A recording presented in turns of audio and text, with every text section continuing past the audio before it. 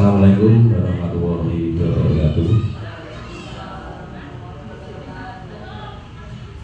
Terima kasih kepada Ibu Kepala Sekolah yang sudah menyempatkan, dan tak lupa terima kasih juga kepada rekan-rekan guru serta staf SDN Negeri 1 Ramadan untuk menindaklanjuti tugas dari PKG PJOK. Kami membuat rencana tindak lanjut. Rencana tindak lanjut ini kami buat yang pertama yaitu dengan judul atau yang dengan nama yang menarik, yaitu sempat bakso, yang artinya sport education model permainan tradisional Gobag Sodo. Ya, dari nama mungkin anak-anak atau peserta didik akan lebih antusias ya dari nama yang aslinya ya. Lanjut. Ya, sport education model atau SEM. SEM adalah model pembelajaran dan kurikulum yang dirancang untuk program pendidikan jasmani di sekolah dasar dan menengah. SEM merupakan kerangka kerja yang menggabungkan tujuan pembelajaran, metode pengajaran, dan evaluasi. Ada beberapa ciri utama dari model SEM ini, antara lain yaitu pembelajaran dilakukan dalam musim atau yang biasa disebut musim pertandingan. SEM bertujuan untuk memberikan pengalaman otentik bagi anak saat berolahraga. SEM memungkinkan guru untuk merancang strategi pembelajaran yang tidak hanya mengembangkan keterampilan fisik, tetapi juga aspek mental dan karakter siswa. SEM dapat meningkatkan motivasi belajar siswa. Latar belakang permainan tradisional di Indonesia memiliki nilai-nilai luhur dan manfaat bagi tubuh kembang anak.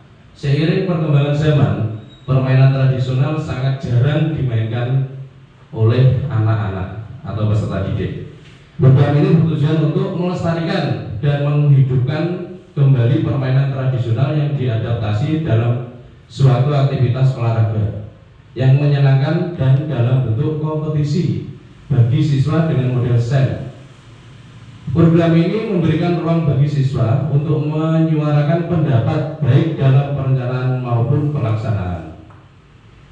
Pemberian pilihan bagi siswa dalam menentukan peran yang diambil, diinginkan, dan kepemilikan dari peserta didik.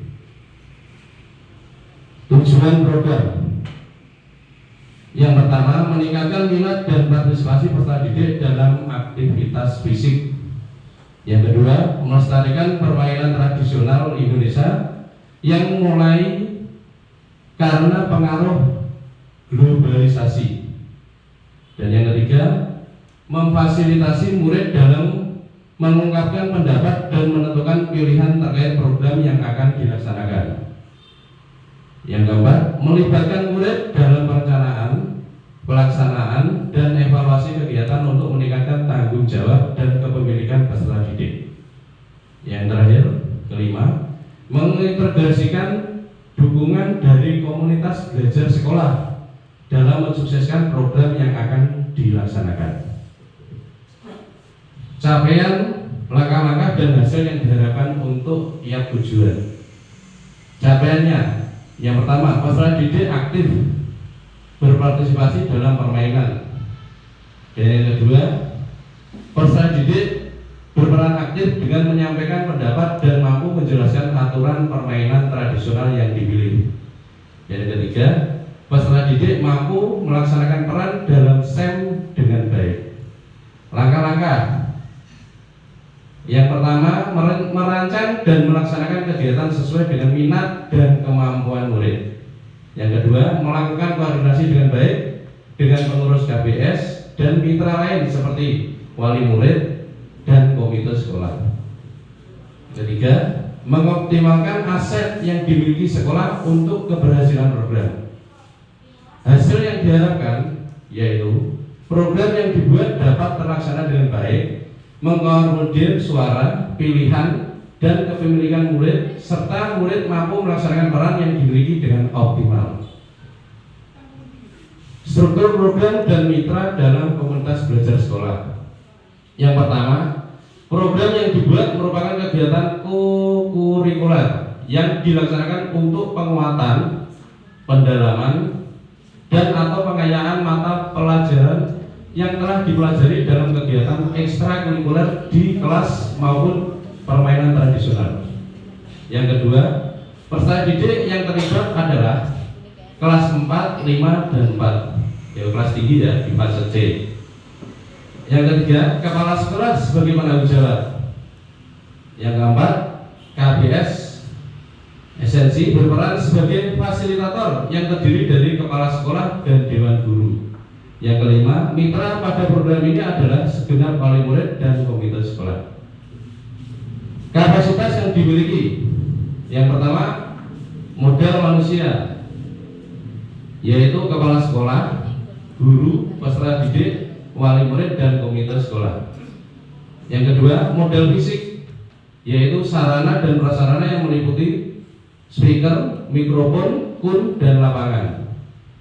Yang ketiga, modal finansial, dana bos untuk penyelenggaraan kegiatan dan pengadaan sarana dan prasarana. Keempat, modal sosial, yaitu kolaborasi dan dukungan dari seluruh warga sekolah dalam bergotong royong mensukseskan program sekolah. Dan kelima, modal agama atau budaya, yaitu lingkungan sekolah yang memiliki budaya tinggi terkait permainan tradisional dan kesenian daerah. Rencana evaluasi. Rencana evaluasi akan dilaksanakan secara berkelanjutan melalui yang pertama, observasi, yaitu mengamati perilaku peserta didik selama proses kegiatan. Yang kedua, angket, yaitu mengumpulkan umpan balik dari peserta didik, guru, dan wali murid. Dan ketiga, dokumentasi, yaitu mengumpulkan data berupa foto, video, dan hasil karya peserta didik.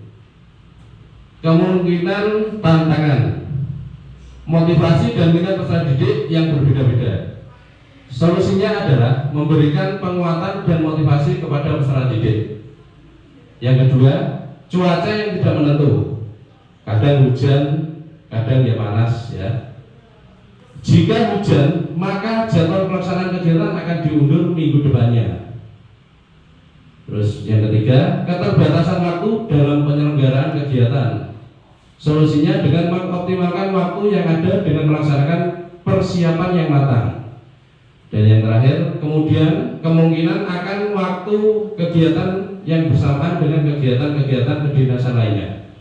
Solusinya adalah melakukan koordinasi dan kerjasama dengan baik dengan KBS agar program tetap berjalan ketika ada salah seorang guru yang mendapatkan tugas dinas. Terima kasih.